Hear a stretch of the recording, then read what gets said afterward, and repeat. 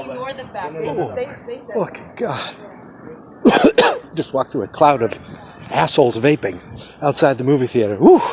It smelled like cherry, smoky shit. Hello, ladies and gentlemen, and welcome to Geek Mentality. I literally am walking out of the movie theater right now where I just watched the 2018 Halloween.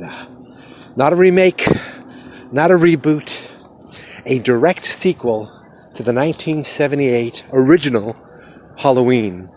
We were walking out just now and I realized that H2O, that movie they made with Jamie Lee Curtis, was 20 years ago, and that's the halfway point. And this is 20 years later, and they've done it again. So I can't wait to see Jamie Lee Curtis and Michael Myers go up against each other in 20 years from now. To be honest, I'm getting in the car, and I'm racing home to watch the Red Sox. But I had to talk about it. And that is it. I would think that was it. But I don't think they're going to make another movie. This was really ignoring Halloween 2, Halloween, the Season of the Witch doesn't matter, Halloween 3, The Return of Michael Myers, 4, The Return of Michael Myers, 5, The Revenge of Michael Myers, 6, The Curse of Michael Myers. Then I think it went to H2O, then Halloween Resurrection, then Rob Zombie made a Halloween, and then he made a Halloween 2 of his Halloween, and all that is ignored. And here we are, 40 years later. Michael was caught after the murders, and he's been in a mental institution where he hasn't talked for years. After Dr. Loomis, by the way, spoilers. After Dr. Loomis passed away, which he made it through 6 movies, but, or 5 movies, because he wasn't in Season of the Witch. But, after he passed away, a new doctor took over, and he's been dealing with Michael ever since. He's been obsessed with him, kind of, and, Michael hasn't talked, hasn't done anything. These 2 reporters come in. They want to do a podcast. They want to do a true crime podcast. They go to interview Michael Myers. They even bring the original mask to show it to him. And they try to get him to respond in any way. He doesn't do anything. So, they go to Laurie Strode, Jamie Lee Curtis. She lives like a survivalist, basically just preparing for the day that it has to happen, that Michael Myers will be back. People think she's crazy. Her daughter thinks she's crazy. Her daughter didn't like the way she was raised. Her granddaughter, they're not that close, but they try to be close. But her granddaughter, they feel bad for her because she looks like an emotional wreck. The people go to interview her. They only talk for a few seconds. And the reason they wanted to interview Michael Myers now is because he's being transferred to a more max prison, a more max hospital, max security, which you know what that means. Prison transports never go good. So I apologize if I'm rushing, but obviously he gets on the bus. He overpowers the people, and they did a cool job of making you realize this is an old man now. Michael Myers is an old man, and he's balding, and they don't show his face. They never show his face. They show a little corner of his eye, and I think that's where she poked him in the eye with the coat hanger in the closet in the original one. I'd like to say that. There's like a little. Come on, you friggin' cars.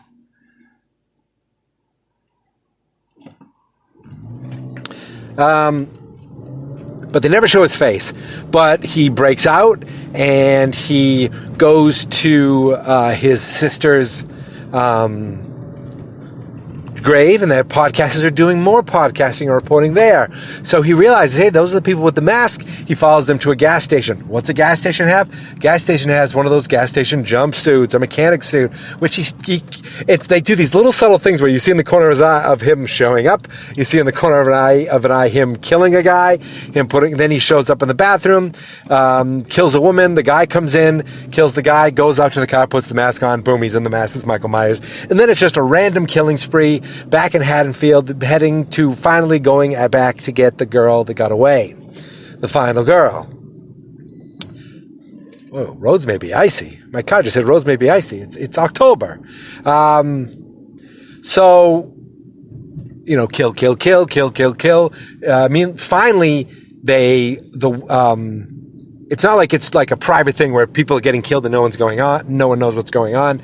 The cops know, so they get Jamie Lee Curtis's family, all together, except the daughter, because she's out having Halloween, fun and parties and all that stuff, but she breaks up with her boyfriend, so she's walking by herself with a friend, and he tries to kiss her. I am really rambling. Look, I'm just going to tell you about the movie. I'm not going to give you the plot summary of the movie. Let me tell you something. This movie was really well done. There was a scene where it was funny when it needed to be funny. It was scary when it needed to be scary, and it was suspenseful when it needed to be suspenseful. There's a scene where Jamie Lee Curtis is in a room, and the only light that we have is the only light that she has, and that is a flashlight. And she's using that flashlight to see around the room. And sometimes she's pointing the flashlight right at the camera, so you're getting blinded. You don't know where the hell Michael Myers is, but you know he's in the room. That was a really good job.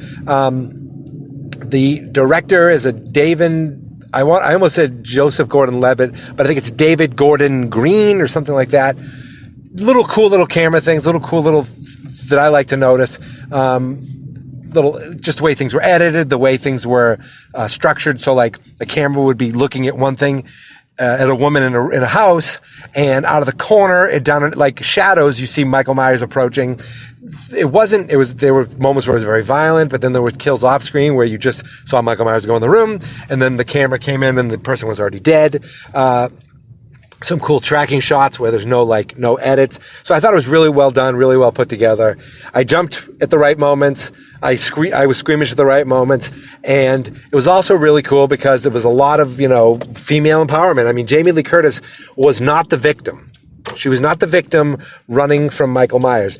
Jamie Lee Curtis she was done being the victim. She, this time, was the woman there to kick ass and basically set a trap for Michael Myers.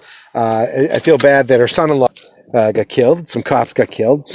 The doctor, spoilers, the doctor ended up going crazy and obsessed with Michael Myers because he wanted to get him to talk. He wanted to see him meet up with Laurie Strode. He killed the cop. Michael Myers is like, yeah, thanks. Stomps his friggin' face in. That was fantastic.